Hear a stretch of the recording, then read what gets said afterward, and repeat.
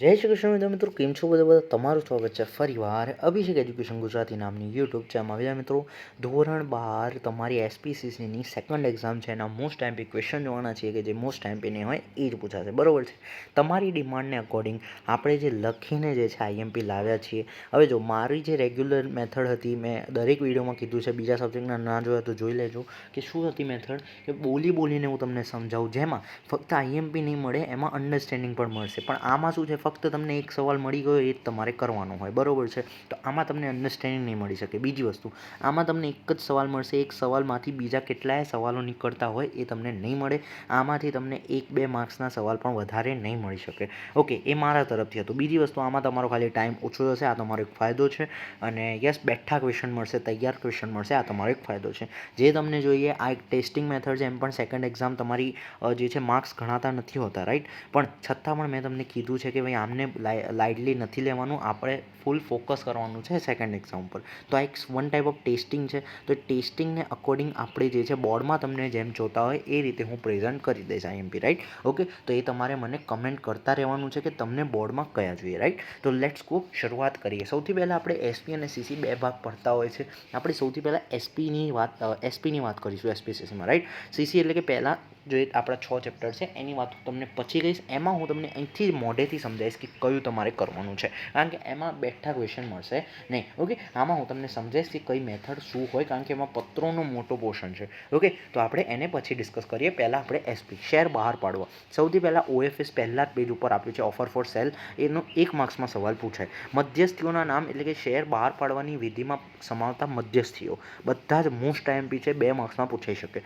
Share અરજીની વિધિ તમારે આખી કરવાની. શેર અરજી વહેંચણીના કાયદેસરના નિયંત્રણો, બરાબર છે, એ તમને આપેલા છે બીજા પેજ ઉપર, લેફ્ટ સાઈડના પેજ ઉપર આપેલા હશે, એ તમારે કરવાના છે. કોઈ પણ તમારે કોઈ પણ 8 કરીને જવાના, બરાબર છે. એમાં પણ કોઈ પણ 8માં પણ એક વસ્તુ કઈ છે, lock in period. A lock in period ખાલી કરીને જજો, બરાબર. લોક ઇન પિરિયડ, બરાબર. આવી વસ્તુ જો મને યાદ આવશે તો હું વચ્ચે કહેતો રહીશ. Okay, let's go next. જો હું વાત કરું આ 2023નો સવાલ. ઓકે, અનિયમિત અને ગેરકાયદેસર શેર વેચણીનો તફાવત 2023માં માર્ચ 2023 બોર્ડના પેપરમાં આવી ગયેલું. ઓકે, આની અંદરનું શું હોય તો એ અંદરનું કરવાની જરૂર નથી. જે અસરો અને જે આપેલું છે, બરાબર છે, એ બધું કરવાની જરૂર નથી. ત્યાગપત્ર મોસ્ટ આઈએમપી ક્વેશ્ચન છે 2 માર્ક્સમાં. આ વખતે મે બી પૂછાઈ જાય તમારું. બીજી વસ્તુ, શેર હપ્તા મંગાવવાની વિધિ. આ 2023નો સવાલ આ વખતે જોવા મળી શકે. શેર જપ્તીની વિધિ, જો એમને આ ના મૂકવું હોય તો એ આ મૂકી શકે. ઓકે, મોટી વાત નથી, બંને કરવાનું છે.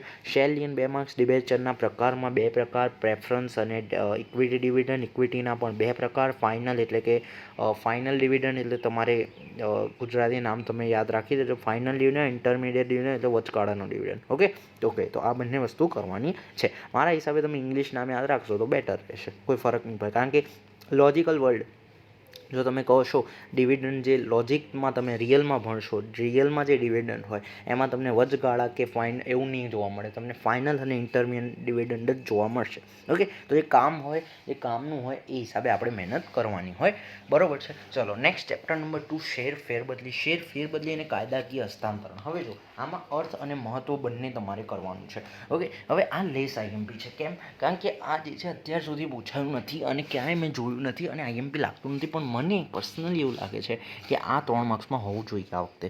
ઓકે, બટ વધારે જે છે તમારે કરવું હોય તો કરો, બાકી લેસ આઈએમપી છે. ઓકે, ચલો પછી જો હું વાત કરું, એક વ્યક્તિના સંદર્ભમાં શેર ફેરબદલીની જોગવાઈ તમારે કરવાની. મતલબ જોગવાઈઓ બધી નહીં કરવાની, ખાલી આ એકલ વ્યક્તિના સંદર્ભમાં જે છે કંપની એના રિલેટેડ શેર ફેરબદલીની વિધિ આ વખતે પૂછાઈ શકે છે. ઓકે, મોસ્ટ આઈએમપી છે શેર ફેરબદલીની વિધિ, જેમાં મૂર્ત શેરના ફેરબદલી, ઓબ્વિયસલી શેર ફરજિયાતના હસ્તાંતરણના સંજોગો અને વિધિ.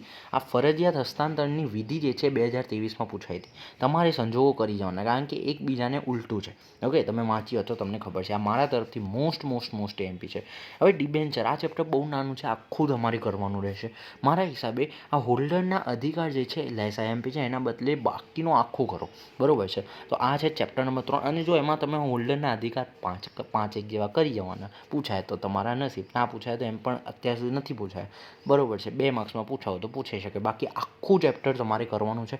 મોસ્ટ આઈએમપી છે. જે પણ આપ્યા છે ડિવિડન્ડના પ્રકાર, ડિબેન્ચરના પ્રકારો આપ્યા છે, ડિબેન્ચર બહાર પાડવાની વિધિ, બધું જ તમારે આપેલું છે. એ બધું તમારે આખું ચેપ્ટર કરવાનું છે. બહુ નાનું ચેપ્ટર. આ તો ચેપ્ટર મજાક છે. આમાં તમારે એક પણ માર્ક્સ જવા દેવાનો નથી. બ્લુપ્રિન્ટમાં આની વેટેજ છે, બરાબર, એક પણ માર્ક્સ જવા દેવાનો નથી. બધું જ આઈએમપી છે. ગણીને 4 સવાલ છે અને 4 તમારે કરવાના રહેશે. નેક્સ્ટ જો હું વાત કરું સંચાલકો, બહુ જ મોટું ચેપ્ટર, મને ખબર છે આમાં તમને આઈએમપીની નીડ છે. ચલો, 2013 ધારા અનુસાર સંચાલનના સભાના નિયમો તમારે કરવાના રહેશે. કયા નિયમો? આ તમને ખબર નહીં પડે સવાલ ઉપરથી. કયા નિયમો? કે ભાઈ ઓછામાં ઓછા 2 સંચાલકો અથવા તો 1/3 હોવા જોઈએ, બરાબર છે. 180 દિવસ સુધી કોઈ રહેલો હોવો જોઈએ. એ બધા કહેવાય સંચાલન નિયમો, બરાબર. સંચાલક મંડળ એટલે શું? એનો દરજ્જો, કાનૂની દરજ્જો તમારે કરવાનો છે. પછી આંકડા તમારે ખાલી આને યાદ રાખવાના કે ભાઈ જાહેર ક્ષેત્રમાં કેટલા ઓછામાં ઓછા જોઈએ, ખાનગીમાં કેટલા, એકલમાં કેટલા, કે એક વ્યક્તિ કેટલા કંપનીમાં ડિરેક્ટર બની શકે, ઓળખ ક્રમાંક જે છે કેટલા દિવસમાં, એની વિધિ 30 દિવસવાળું સિસ્ટમ, ઓકે, અને કેટલી વાર મળે? 1 વાર મળે, ઓકે. તો એ વસ્તુ છે. પછી આ મોસ્ટ આઈએમપી સવાલ, સંચાલનના પ્રકારો. મોસ્ટ આઈએમપી, આને હું કલર ચેન્જ કરીને હું કરતો, બરાબર. મોસ્ટ આઈએમપી સવાલ છે સંચાલનના પ્રકારો, સંચાલકોના પ્રકારો, જેમાંથી તમારો એક તો જે છે ગયા વર્ષે 2023માં જ પૂછાઈ ગયેલો છે, પણ હું એ તમને એક નહીં કહું, નહીં તો તમે એ જ કરશો, બરાબર છે, ઓકે. નેક્સ્ટ જો હું વાત કરું આગળ, સંચાલકોના ગેરલાયકાતો અને અથવા તો ડિરેક્ટરના પદનું ખાલી સ્થાન હોય. પાછું કલર ચેન્જ કરીને આવી જઈએ આપણે બેક, ઓકે. જો હવે આ સવાલ છે ને, આ મેં તમને એક ટ્રીક આપી દીધી છે અહીંયા. કઈ ટ્રીક છે? જો સમજો, સિમ્પલ સમજો. ટ્રીક કઈ આપી છે મેં તમને, કે અહીંયા જે ગેરલાયકાતો તમે કરશો એ જ વસ્તુ ખાલી સ્થાનમાં તમે લખી શકો, બરાબર છે. સિમ્પલ સમજો. જે વસ્તુ અહીંયા, એ જ વસ્તુ અહીંયા. આ 2023નો સવાલ ગેરલાયકાતો, જો આ પૂછાય તો પણ ગેરલાયકાતો જ લખીને આવવાની, બીજું કંઈ જ લખવાની તમારે જરૂર નથી, ઓકે. નેક્સ્ટ જો હું વાત કરું સત્તા અને ફરજો, મોસ્ટ આઈએમપી છે આ મારા તરફથી. એમડીની ધારાની જોગવાઈઓ, એટલે કે મેનેજિંગ ડિરેક્ટરની બધી જ જોગવાઈઓ.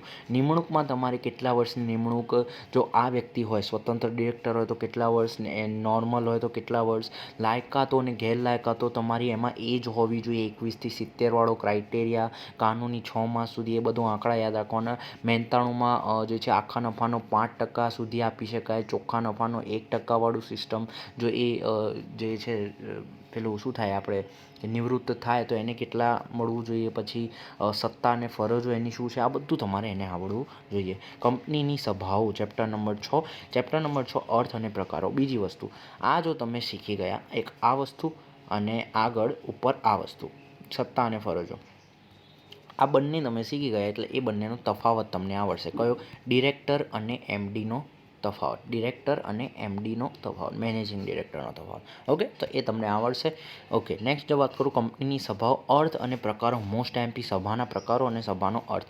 નોટિસ અને સેક્રેટરીની ફરજો. હવે જો નોટિસમાં શું, નોટિસનો અર્થ, નોટિસની મુદત અને સેક્રેટરીની ફરજો. 21 દિવસ નોટિસ એટલે શું? 21 દિવસ અને સેક્રેટરીની એના રિલેટેડ ફરજો, એ તમારે કરવાની રહેશે. બીજી વસ્તુ, કાર્યસૂચિ અંગે અહીંયા દેખાતું નથી પણ કાર્યસૂચિ અંગે સેક્રેટરીની ફરજો છે. કાર્યસૂચિ અંગે સેક્રેટરીની ફરજો તમારે ખાસ કરીને કરવાની છે. મોસ્ટ આઈએમપી સવાલ, સભાપતિ એટલે શું અને એની સત્તાઓ. મારા હિસાબે અહીંયા તમારે એનું મહત્ત્વ કરવું જોઈએ, બરાબર. But if you want you can ignore and this you can do this one, okay. સત્તાઓ અને મહત્ત્વ સભાપતિનું, બરાબર. સભા નોંધમાં સમાવતી બાબતો, પ્રતિતાધિકાર, પ્રોક્સી અંગે સેક્રેટરીની ફરજો, ઓકે. ચલો, આ વસ્તુ થઈ ગયું. મોસ્ટ આઈએમપી ઠરાવ એટલે શું અને પ્રસ્તાવમાં કયા કયા સુધારા વધારા થાય તો એને આપણે ઠરાવ કહી શકીએ. એ જે સુધારા વધારા આપ્યા છે. મોસ્ટ આઈએમપી ઠરાવના પ્રકારો, સામાન્ય અને ખાસ તફાવત. હવે જો આમાં તમારે તફાવત જે છે ને એ નહીં કરવાનો. તમારે સામાન્ય તફાવત અને ખાસ તફાવતો વચ્ચેનો જે અંદર સમાતી બાબતો છે એ તમે કરશો એટલે તમને તફાવત આવડી જશે. એટલે મેં અહીંયા તફાવત લખ્યું છે કે જો તમે આ બંને કરશો તો આ આપોઆપ આવડી જશે. તમારે અંદરનું કરી દેવાનું, જેમાં મોસ્ટ આઈએમપી છે. અને બીજી વસ્તુ કહો, બરોબર છે, 6 મુદ્દા કોમન કાઢવાના, બંનેમાં આરામથી નીકળશે. બંનેમાં 10-12 મુદ્દા છે. 6 મુદ્દા એવા કાઢો કે જે સામાન્ય તફાવતમાં હોય એના વિરોધી ખાસમાં હોય, જે આમાં હોય એનો વિરોધી સેમ વસ્તુ, બરાબર છે. તો એ તમારે 6 મુદ્દા કાઢો અને એ જ તમારો તફાવત બનશે અને એ જ તમારું આમાં લખવાનું રહેશે, ઓકે. ચલો, ચેપ્ટર નંબર 7 બહુ જ નાનું ચેપ્ટર છે, બરાબર છે. વિસર્જન આખું તમારે કરવાનું છે. ગણીને 4 સવાલ છે. એક તો તમારા જે છે પહેલાં તો સંજોગો આપેલા હશે કે જે આપણા અદાલત દ્વારા થતું હોય એમાં. પછી બીજું આવશે કે ભાઈ સ્વૈચ્છિક વિસર્જન થતું હોય એમાં એની વિધિ. ત્રીજું આવશે કે ભાઈ આપણે કોના દ્વારા લેણદારો દ્વારા થતું હોય એના. અને એક ચોથું આવશે સંજોગો. આ 4 વસ્તુઓ તમારા આવી શકે છે. આ બસ આટલું જ છે. ખાસ કરીને જવાનું રહેશે 4 સવાલ, બરાબર છે. હવે વાત કરું હું સીસીની. હવે સીસીમાં હોય 2 વસ્તુઓ.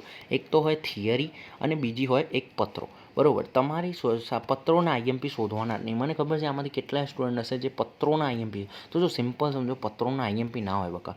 કારણ કે તમારે એમાં શું કરવાનું, પત્રનું ફોર્મેટ કરવાનું. શું કરવાનું છે? પત્રનું ફોર્મેટ. આઈએમપી કરવાની જરૂર નથી, ફોર્મેટ કરો. ઓકે. અને એ ફોર્મેટ આપણી ચેનલ ઉપર અવેલેબલ છે. આ વખતે 2024 માટે હું નવું લાવીશ, એ વસ્તુ અલગ છે. પણ અત્યાર માટે તમારે સર્ચ કરવાનું સ્ટાન્ડર્ડ 12 ચલો હું બોલીને જ સમજાવું, લખવું નથી. સ્ટાન્ડર્ડ 12 એસપીસીસી પત્ર ફોર્મેટ. આ રીતે લખશો ભલે ઇંગ્લિશમાં ચાલશે. પત્ર format by Abhishek education Gujarati. Part 1 હશે અને પાર્ટ 2 પણ હશે. ઓકે. તો પાર્ટ 1 તો ડાયરેક્ટ મળી જશે. પાર્ટ 2 તમારે સર્ચ કરવું રહેશે કે ભાઈ સ્ટાન્ડર્ડ 12 એસપીસીસી પત્ર format by Abhishek education Gujarati part 2. Simple મળી જશે. જો કે તમે ખાલી પણ સર્ચ કરશો પત્ર ફોર્મેટ તો આપણો વિડીયો મળી જશે. એટલું તો ભગવાનની દયા છે. ઓકે. ચલો, તો આટલું સમજી ગયા. હવે સીસીની થિયરી. સીસીના થિયરીમાં તમારે સ્વાધ્યાયનો ક્વેશ્ચન નંબર 1, ક્વેશ્ચન નંબર 2 કરવાનો રહેશે દરેક ચેપ્ટરમાં. વાત કરશો ચેપ્ટર નંબર 3. ચેપ્ટર નંબર 3 મોટું છે તો એમાં હું તમને આઈએમપી આપી દઉં, બરાબર છે. તો ચેપ્ટર નંબર 3 તમારે અહીંયા હું બુક ખોલું, અવાજ આવતો હશે તમને શાયદ, તો એ તમારે બુક સાથે જ રાખવાની. અને ચેપ્ટર નંબર 3 ઝડપથી તમારે ઓપન કરવાનું રહેશે. તમે કહેશો યસ ચેપ્ટર નંબર 3 બહુ મોટું છે, તો આપણે એમાંથી જ આઈએમપી આપી દઈએ. ચલો, સૌથી પહેલાં તમારે ચેપ્ટર નંબર 3માં કયું આઈએમપી છે. ઓકે.